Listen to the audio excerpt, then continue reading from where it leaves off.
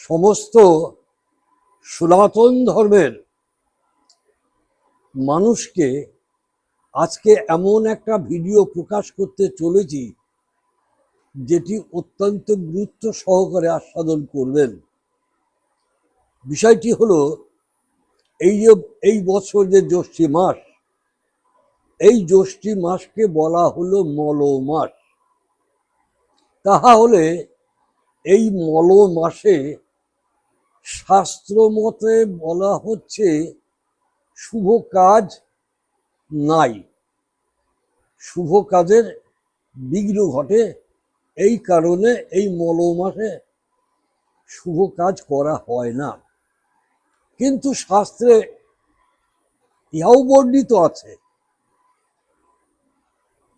যেটা বর্ণিত আছে সেই সম্পর্কে আলোচনা করতে চাই। প্রথমে মলমাস কাকে বলে না, এক জোড়া অমাবস্যা, দুটো কৃষ্ণপক্ষ, একটা শুক্লপক্ষ। পণ্ডিতগণ তাহাকেই মলমাস বলেছেন। তাহলে এই যে মলমাস, এই মলমাসে কোনো রকম কোনো ভক্তি ক্রিয়া করা চলবে না। সেই প্রসঙ্গেই আলোচনা করতে চলেছি। ভক্তির সাগরে পার হইয়া, ভক্তির সাগরে পার হইয়া যে ডুবিবে সে ভজুক নিতাই চাঁদ রে। এই মনস্কাম ভোজি যেন জন্মে জন্মে প্রভু বলরাম। তাহলে আসা যাক, ভক্তির সাগরে পার হইয়া। ভাগুরি মুনির লেখা গ্রন্থটার নাম হচ্ছে অদ্ভুত ভাগবত। সেই ভাগবতে একটি কাহিনী আপনাদের আমি আজকে তুলে ধরছি। অত্যন্ত মনোযোগ সহকারে এই পর্বটি একটু আস্বাদন করবেন। প্রত্যন্ত গ্রাম, সেই গ্রামে একটি বধূ, যার নাম হচ্ছে লক্ষ্মী, সে মাঘ মাসে তার স্বাদ ভক্ষণের সময় চলে এসেছে, অথচ ওই বছরের মাঘ মাস হচ্ছে মল মাস। এখন শাশুড়ি মা তিনি এমন একটি কুটিল প্রকৃতির মানুষ, গ্রামে পাড়ায় প্রত্যেককে বলে বেড়ায় আমি একটা অলক্ষ্মী এনেছি, আমার সংসারটা ছারখার হয়ে যাবে। তাহলে ভাবুন, দোষটি কার? বিচার করলো না, অথচ নিজের পুত্রবধূ স্বাদ ভক্ষণ হবে না এই কারণবশত শুরু করে দিল তার কুলটি বলা আচরণ। এখন এমতো অবস্থায় একদিন একজন বৃদ্ধ বৈষ্ণব এসেছে তার গৃহে। বলছে, ওমা আমি বড় ক্ষুধার্ত, তা আমাকে দুটো সেবার কিছু ব্যবস্থা করা যাবে? কি করবে বলুন? হাউ হাউ করে কাঁদছে, বলছে বাবা গো, আমি তো অভাগা নারী। আমার শাশুড়ি বলে, আমার গ্রামের লোক বলছে, আমার পাড়া প্রতিবেশী বলছে, আমি আপনার সেবার কি ব্যবস্থা করে দিতে পারি বলুন। তখন বলছে, মা শোন, তোকে একটা কথা বলি, তোর কাছে আমি এমন কিছুই চাইনি, তোর ঘরে চালও আছে, ডালও আছে, একটা আলুও আছে, তুই একটা নতুন পাত্রে মাটির হাঁড়িতে সব একসাথে জাল দিয়ে আমাকে একটু দিতে পারবি না? ঘরে শাশুড়ি মা আছে, কিন্তু ঘর থেকে শাশুড়ি মা একবারও বার হয়ে আসলো না। কি করবে? বধূটি শান্তভাবে বললেন, ঠিক আছে, আপনি যখন বলছেন। এইবার বধূটি কেমন কর্তব্য বোধ জ্ঞান শাশুড়ি মার কাছে গিয়েছে জানতে। শাশুড়ি মা বলছে, হ্যাঁ, তোমার কাছে যখন চেয়েছে তুমি দাও, তুমি দাও। যাই হোক, মনে যখন সাহস নিয়ে সে সুন্দর নতুন একটি মাটির পাত্র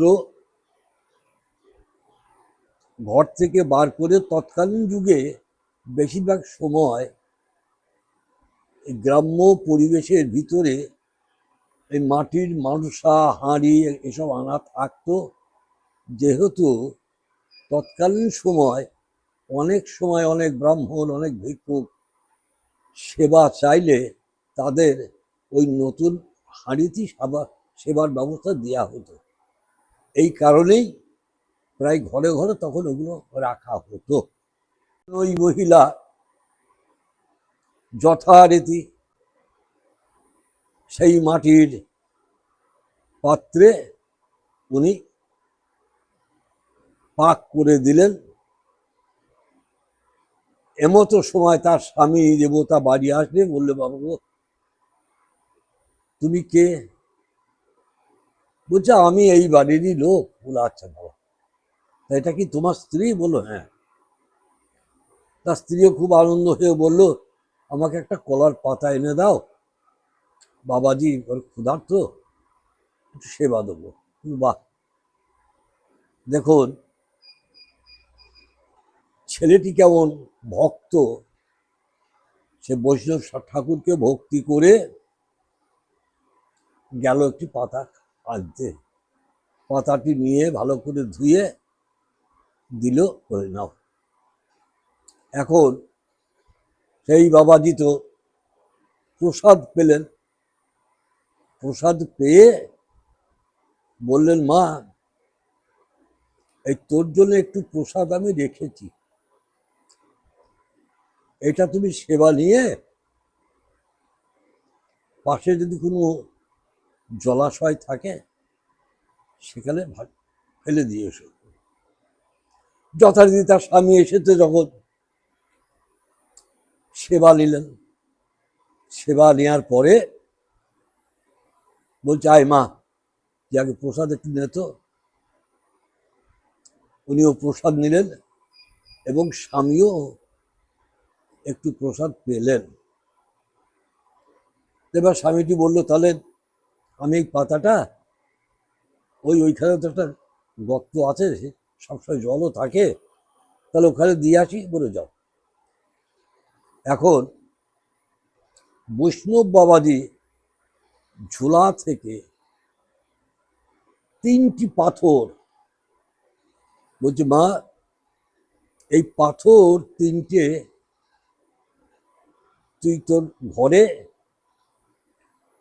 যে কোনো একটা শুদ্ধ জায়গায় তুই রাখ। কিভাবে রাখবি উনি দেখিয়ে দিলেন। পাশাপাশি 3টে রাখবি না, দুটো রাখবি, তার মাথায় আর একটা রাখবি, এই তিনটে এক জায়গায় রেখে এই দেখুন এইরকম একটা বেল পাতা উনি আনতে বললেন, এই যে তিনটি পাতা যুক্ত। বললেন প্রত্যেক দিন এটিকে গঙ্গার জলে ধুইয়ে ওই যে তিনটি পাথর, সেই তিনটি পাথরের উপরে ঠিক এইভাবে তুই দাঁড় করে রেখে দিবি।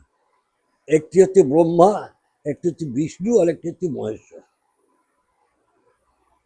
আগামীকাল থেকে তুই এই কাজটি মা করবি। রীতি এই বলে উনি তো চলে গেলেন। পাড়ার লোক কিন্তু ওনাকে আর কেউ দেখেনি। সেই দিন থেকে ওই মহিলা, তার শুরু হলো নূতন জীবন, জীবনের একটি কর্ম। যথারীতি এই কর্ম করতে করতে যখন 10 মাস 10 দিন একটি সুন্দর পুত্র সন্তান প্রসব হলো, দুঃখের বিষয় ওই ছোট্ট পুত্র সন্তানটি কাঁদছেও না, মাতৃপয়ধরও পান করছে না, শুধু এদিকে ওদিকে তাকাচ্ছে। কিন্তু সন্তানটি সদ্যজাত সন্তান, কিন্তু স্বাভাবিকের ন্যায় একটু বড় হয়েছে। গ্রামের লোক সব আসছে দেখতে, আছে সুতিকা মন্দিরে। শাশুড়ি মা একবারও গেল না, কিন্তু পাড়া প্রতিবেশীরা বলছে বাহ খুব সুন্দর। এখন খুব ভাবনায় পড়ে গেল। সব সময় ওই যে ব্রহ্মা বিষ্ণু মহেশ্বর, এই যে তিনটি পাতা যুক্ত যে বেল পাতা, সকল সময় উনি ওনাদেরকে স্মরণ করে আর ওনাদের কাছে আর্জিটা জানায়। কখন হঠাৎ ওনার খেয়াল হচ্ছে তাই তো, আমার তো একটু ভুল হয়েছে। তখন বাধ্য হয়ে তার পতি দেবতাকে ডেকেছে। শাশুড়ি কিন্তু একবারও তার কাছে যায়নি। পতি দেবতাকে বলছে তুমি পুত্রটাকে একটু কোলে রাখো না, আমি কাপড়টা ছেড়ে স্নান করে আমি আসছি। যথারীতি বাবাজি পুত্র সন্তানটিকে কোলে করে নিয়ে বসে আছে। দেখুন কতটা হিংসা পরিপরায়ণ মহিলা। শুধু হিংসা নয়, তার সাথে তার আচরণটা দেখেন, যার ভক্তির লেশ মাত্র নাই। সদ্যজাত একটা শিশু, তাকে পর্যন্ত সে নিতে গেল না। যাই হোক, যথারীতি ওই মেয়েটি স্নান করে কাপড় সেরে একটু গঙ্গা জল নিয়ে এসে যখন ওই ব্রহ্মা বিষ্ণু মহেশ্বর তিনটি পাথর এবং বেলপাতা দিয়ে জল একটু ঢেলেছে, ছোট্ট পুত্রটি বাবার কোলে এমন হাসি হাসছে, লোকে সব মুগ্ধ হয়ে গেল। এইবার তার মুখে যখনই এক ফোঁটা গঙ্গার জল নিয়ে দিয়েছে, সেই পুত্রটি মা বলে চিৎকার করে উঠেছে। লোকে বলে একটি সদ্যজাত বাচ্চা উয়ানাই উয়ানাই উয়ানাই করে কাঁদে, কিন্তু সেই সদ্যজাত বাচ্চাটি কিন্তু কান্না করলো না, উয়া উয়া করে কিলকিল করে হাসলো।